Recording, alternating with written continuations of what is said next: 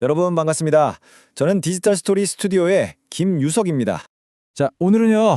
한 소년왕의 정말 비극적인 죽음에서 시작해서 이게 어떻게 신의 탄생으로까지 이어지는지 그 아주 놀라운 이야기를 한번 따라가 보려고 합니다. 이야기의 주인공, 바로 조선의 비운의 왕이죠. 단종입니다. 아시다시피 숙부인 세조에게 왕위를 빼앗기고 결국엔 비극적인 죽음을 맞이하잖아요. 그런데 말이죠.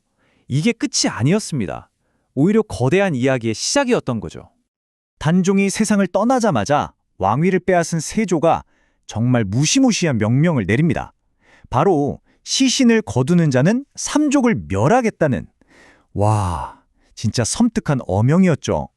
이 무자비한 명령 하나 때문에 한 나라의 왕이었던 단종의 시신이 남한강 상류에 그냥 버려지게 된 겁니다.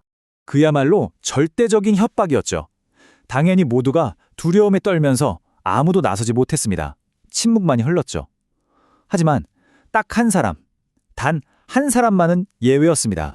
자, 그럼 이제 이야기의 진정한 영웅을 만나볼 시간입니다. 누구일까요?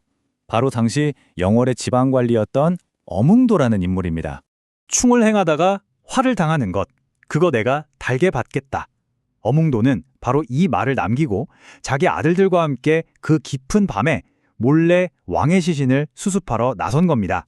정말 대단하죠? 이건 뭐 그냥 단순히 시신을 수습한 게 아니에요. 말 그대로 목숨을 건 과정 그 자체였습니다. 한번 보세요.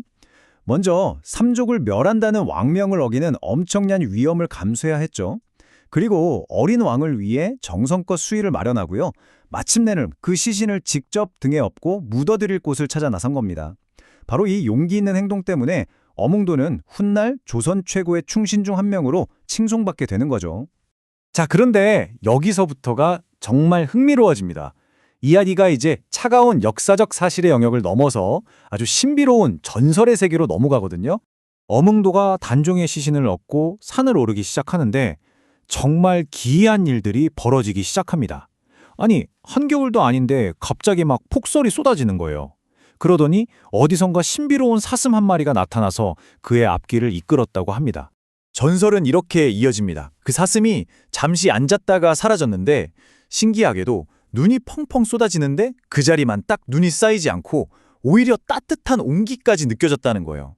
이걸 본 어몽도는 아, 이곳이 하늘이 정해준 자리구나 하고 믿을 수밖에 없었겠죠. 그리고 바로 그 신비로운 자리가 오늘날 우리가 알고 있는 단종의 왕릉 장릉이 된 겁니다. 지금도 영월에 가보면요.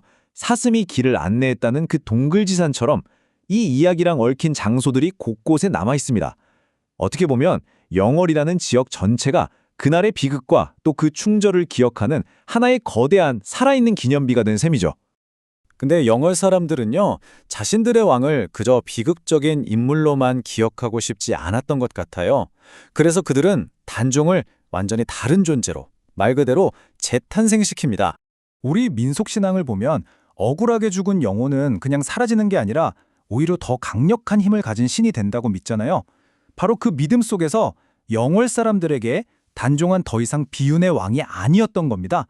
태백산을 지키는 늠름한 수호신으로 다시 태어난 거죠. 그 논리가 이거예요. 누구보다 억울하게 돌아가셨으니까 오히려 살아있는 백성들의 고통, 특히 옛날엔 가장 무서웠던 가뭄 같은 재앙을 절대 외면하지 않는 그런 든든한 수호신이 되어줄 거라는 믿음, 바로 그거였던 거죠. 자, 그래서 여기서 정말 중요한 포인트가 나옵니다. 이 모든 이야기가 그냥 박물관에 있는 낡은 옛 이야기가 아니라는 거예요. 지금 이 순간에도 생생하게 살아 숨쉬는 전통이라는 점입니다. 바로 매년 영월에서 열리는 이 단종문화제가 그 증거입니다. 이 축제가 왜 그렇게 특별하냐면요. 이게 나라에서 자, 제사 지냅시다 하고 시작한 그런 엄숙한 왕실제례가 아니라는 점에 있어요. 이건요, 그 슬픔을 어떻게든 이겨내고 기쁨으로 바꾸기 위해서 바로 그 지역의 백성들이 스스로 자발적으로 시작한 축제입니다. 돌아가신 왕을 위해서 백성들이 직접 여는 민속축제라니 이건 정말 전 세계적으로도 찾아보기 힘든 아주 특별한 사례라고 할 수 있죠. 자, 이 표를 보시면 이 이야기의 핵심적인 변화가 한눈에 딱 들어옵니다. 역사적 사실은 사약인데 신화에선 백마를 타고 태백산으로 들어갔다고 하죠. 비밀함정이었던 장례는 사슴과 눈이 점지해준 명당으로 바뀌고요.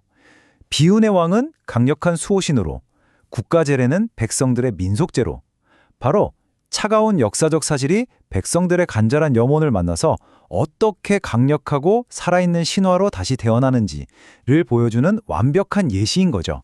그래서 이 모든 이야기를 딱 한 문장으로 요약하면 이렇게 말할 수 있을 것 같아요. 어몽도는 임금의 육신을 구했고 영월의 백성들은 임금의 영혼을 신으로 모셔 영원히 살게 했다. 와, 이 문장 안에 모든 게 다 들어있지 않나요? 한 개인의 엄청난 용기와 그를 기억하는 한 공동체의 위대한 믿음, 이 두 가지가 어떻게 역사를 신화로 만드는지를 완벽하게 보여주는 거죠. 결국 이 단종의 이야기는 우리에게 아주 흥미로운 질문 하나를 던집니다. 대체 어떻게 한 공동체가 가진 기억이라는 게 한 명의 비극적인 희생자를 이토록 강력한 신으로 바꿀 수 있는 힘을 갖게 되는 걸까요? 이건 정말 생각해 볼 만한 문제인 것 같습니다. 사람들의 이야기가, 그 믿음이 어떻게 한 사람의 유산을 영원히 살아 숨쉬게 만드는지에 대한 놀라운 증거라고 할 수 있겠죠.